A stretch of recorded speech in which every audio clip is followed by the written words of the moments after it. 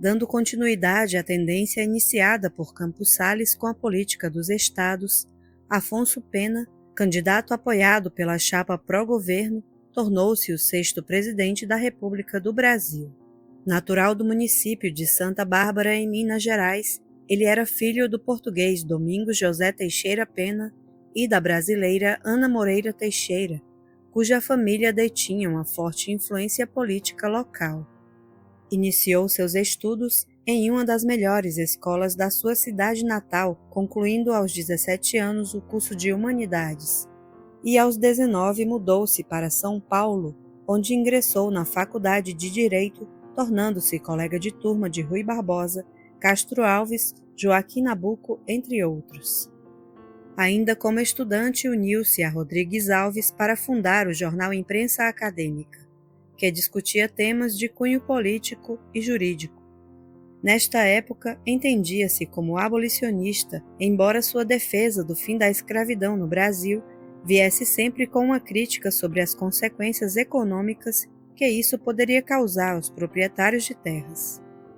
Assim, sustentava a tese de uma libertação indenizatória a fim de evitar prejuízos aos cafeicultores, bem como sugeria que somente a mão de obra imigrante seria capaz de substituir a mão de obra escrava nas fazendas. Ao posicionar-se desta forma, acabava se colocando ao lado dos conservadores, tidos como os principais responsáveis pelo atraso da abolição no país, ainda que ao retornar para Santa Bárbara após graduar-se em Direito, tenha tido reconhecimento por advogar em defesa dos escravizados. No ano de 1874, Afonso Pena filiou-se ao Partido Liberal, iniciando sua carreira política como deputado na Assembleia Provincial. Passou então a defender a ampliação do número de eleitores através de reformas eleitorais e a autonomia dos municípios para legislar sobre o mesmo tema. Teve uma forte ligação com o regime imperial, posicionando-se contrário ao republicanismo, pois achava que o Brasil ainda não estava preparado para esta forma de governo. Mas, diante da proclamação da República, aceitou de forma contida a nova configuração política do país, embora na época ocupasse o cargo de membro do Conselho de Estado do Império.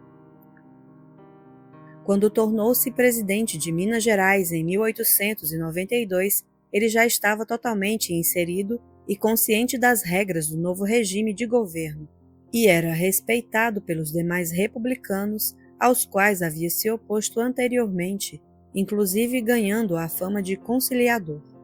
No entanto, Afonso Pena se colocava totalmente contrário à intervenção militar na presidência do país, sendo um dos governadores a apoiar a candidatura de Prudente de Moraes, o primeiro civil a ser eleito como chefe do executivo.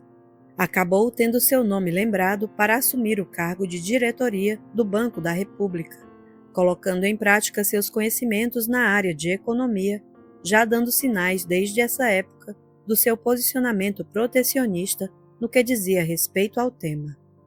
Foi lembrado também para substituir Silviano Brandão como vice na chapa de Rodrigues Alves, abrindo caminho para despontar como futuro candidato à presidência do Brasil. No pleito de 1906, venceu a eleição com mais de 97% dos votos, e antes de assumir viajou pelo país com o intuito de conhecer de perto a forma de governo das outras regiões. Em sua estrutura governamental, muitas lideranças jovens conviviam com experientes políticos, inclusive tendo posicionamentos divergentes sobre variados temas. A marca de Afonso Pena na presidência acabou sendo sua política econômica, que era considerada bastante protecionista e intervencionista para a época.